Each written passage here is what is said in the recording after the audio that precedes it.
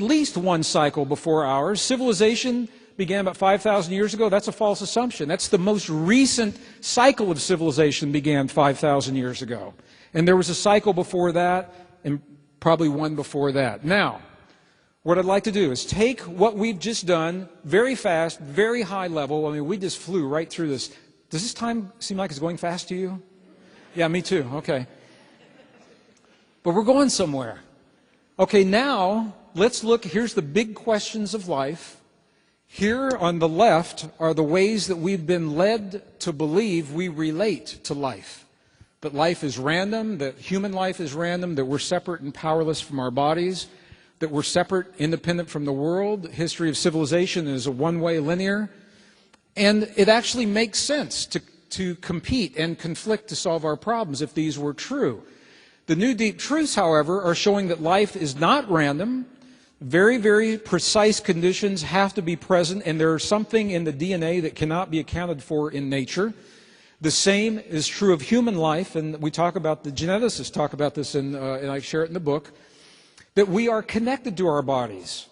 Our perceptions directly influence the way that our bodies heal and express themselves or don't. We're not separate from our bodies, that we are connected and interdependent with the earth itself, that civilization is cyclic, at least 2 cycles, probably more.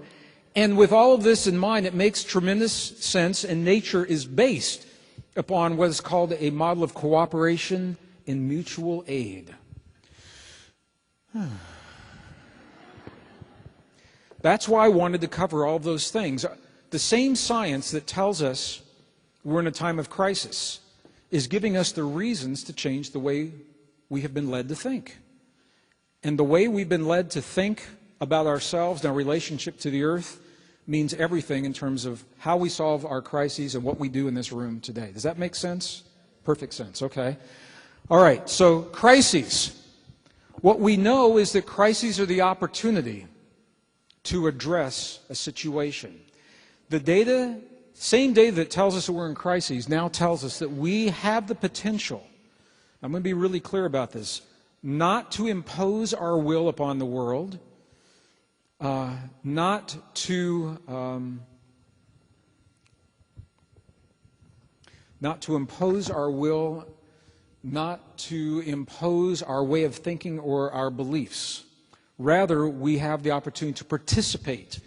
Together, we can tip the scales of life in peace and balance in our favor. And our most cherished and ancient and sacred traditions tell us how, and our own science now is beginning to bear it out. So here's where we're going to shift gears a little bit. All those traditions I've studied, as different as they are from one another, in their own way, they all talk about a journey that every one of us is going to take in our lifetime. It's called life's longest journey. Do you know what life's longest journey is? It's not a very long journey. The average length of this journey is only about 18 inches. It may take us our whole lives to get there. It's the 18-inch journey that begins in the center of our thinking mind and leads us right down to where? Exactly, right down to the intelligence that resides in every one of your hearts. We're born with this amazing heart intelligence. In the past, it's been discounted in Western traditions. Not in the other traditions. It's been discounted. But now our own science is beginning to tell us why this is so important. Our own science is beginning to tell us why. All of these ancient traditions, they've all told us that this key is right in the center of our chest. Our own science now is telling us something that we're only beginning to understand. If you're in this room, I know that you know the world is made of electrical fields and magnetic fields, right? You're all good with that. Electrical and magnetic fields. You know that if you want to heal your body or trigger the healing in your body or create peace in your world or bring about change in your life, somehow we must communicate with the stuff that the world is made of. It makes perfect sense. We must communicate with those electrical and magnetic fields. When I was in school and you were in school, we were taught the brain is the organ you use to do that. That the brain is where the action is. It's true that the brain, your brain, my brain, we have a relatively weak electrical field and magnetic field. But there's another organ whose electrical and magnetic fields are much stronger. We now know for a fact that the human heart creates an electrical field that can be up to 100 times stronger than the brain's electrical field. But listen to this, that the human heart has a magnetic field that is about 5,000 times stronger than the brain's magnetic field. Men, this may be some insight into why sometimes it's hard to think our way through the problems, because our hearts are designed to feel our way through the problems, and we're not conditioned to do that as men in the Western world.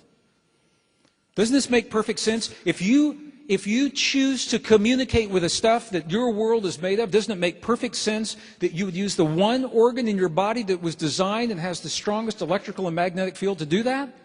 The first organ to form in the body, in your body, in the womb of your mother, it's your heart. It forms before your brain.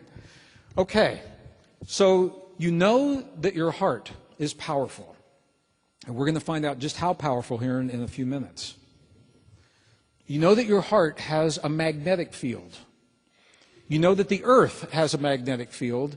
And what our own science, and you've probably heard this, what our own science tells us is that we are influenced by the magnetic fields of the earth. Remember those charts of the solar cycles I showed early in the program? Do you remember those?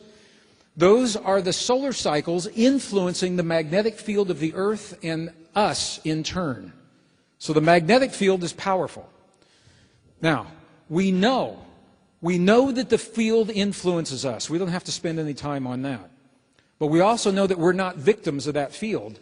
It's a two-way conversation. Now, if you have never seen this before, you're going to be amazed at what you're seeing here.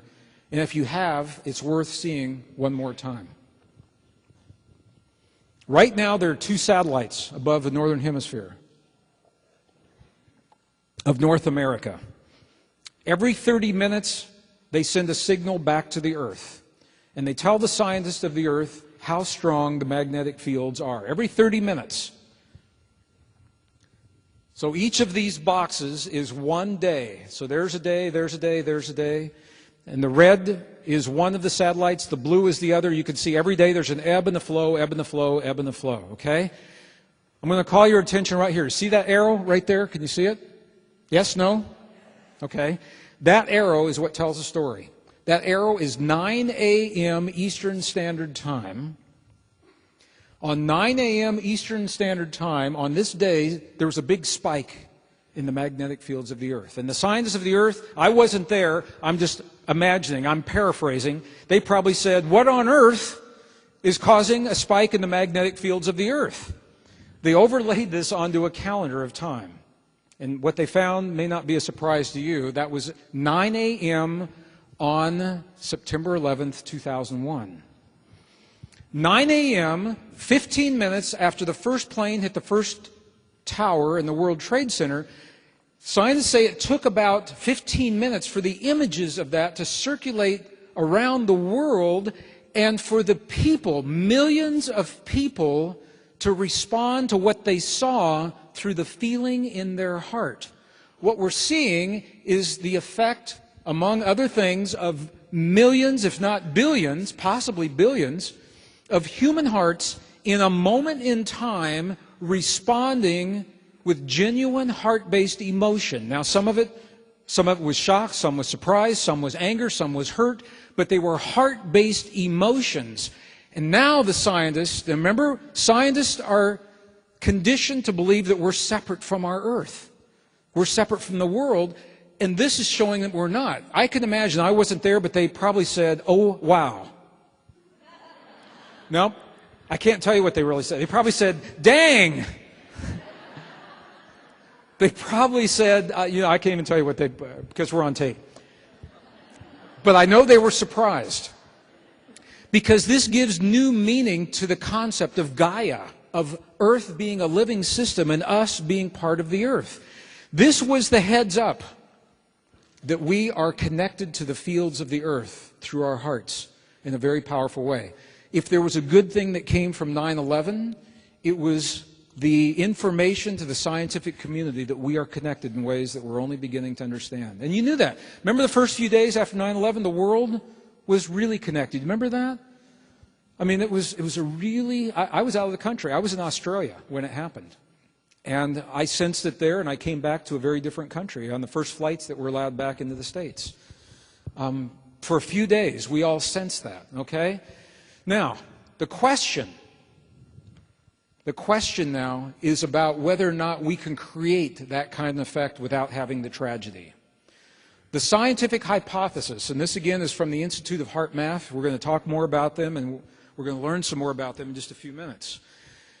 The hypothesis is that precisely what you saw happening is possible, that strong collective emotion has a measurable impact on the very fields of the earth that connect and sustain all life on earth. The magnetic fields connect everything, every blade of grass, every hamster, every goldfish, every dog, every cat, every CEO of every corporation, every leader of every nation.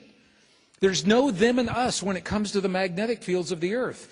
If you choose to cast your vote for unity and peace, your heart is your voting machine. If you understand the language of this field, you may nourish and feed the field in very precise ways. And that's what this afternoon is all about. Now, it was based on that. The Institute of Heart Math did something that has never been done before. The Institute of Heart Math began a project. They launched a project that is called the Global Coherence Initiative. Coherence is a state, it's a relationship between our heart and our brain that optimizes our relationship to this field. When you're in high coherence, you're having a good conversation with that field. And we'll have the experience of coherence right after the break. So we know that personal coherence is good. Global coherence is really good. And we create global coherence through our individual coherence. Based on that, the Institute of Heart Math has launched the first of its kind ever initiative to do just that as an independent organization. This isn't part of a government organization. It's not part of some big corporation. This is an independent, privately funded project. The Global Coherence Initiative. Now let me read to you the mission statement. This has never happened before. The mission statement, the goal is to unite millions of people from varied beliefs and cultures from across the borders and the boundaries that separate us in the past of nations and belief systems and religions and spiritual practices, to unite people from many different beliefs and cultures for the specific purpose of shifting global consciousness from instability and chaos to balance and cooperation. That is the stated purpose and only purpose of this project. This has never been done before. And I'm sharing this with you because I want you to see how real this project is. You're asking me, what can we do? I want you to know that there is a vehicle that is already designed and built precisely for the kinds of things we're talking about in this conference today. And it begins by simply listening to the fields of the earth that we're talking about. Now, those images from 9/11, those were on weather satellites, and all the data in the past has come from, military or commercial satellites. The Global Coherence Initiative is building and deploying their own network of sensors that are independent from any military applications, from any weather applications, from any other corporate applications, specifically to understand our relationship to the earth. That's why they're being built. How do you feel about the fact that that's happening? I'm happy to hear that. Okay, let me share with you, this is a blueprint, very technical, for what a sensor looks like. Let me show you how beautiful they are when they're in the ground. When they are deployed, this is what a sensor looks like. Isn't that beautiful? Wouldn't you like one in your own backyard? I think we all should have them. Okay, this is the first global GCI site. It was in Northern California at the Heart Math base, right in Northern California. Right now, there are additional sensors, and here they are. There's one in Northern California. This one is in New York. This one is in the UK. This one is actually in Saudi Arabia. This one is in New Zealand. This is the existing network. However, it is incomplete.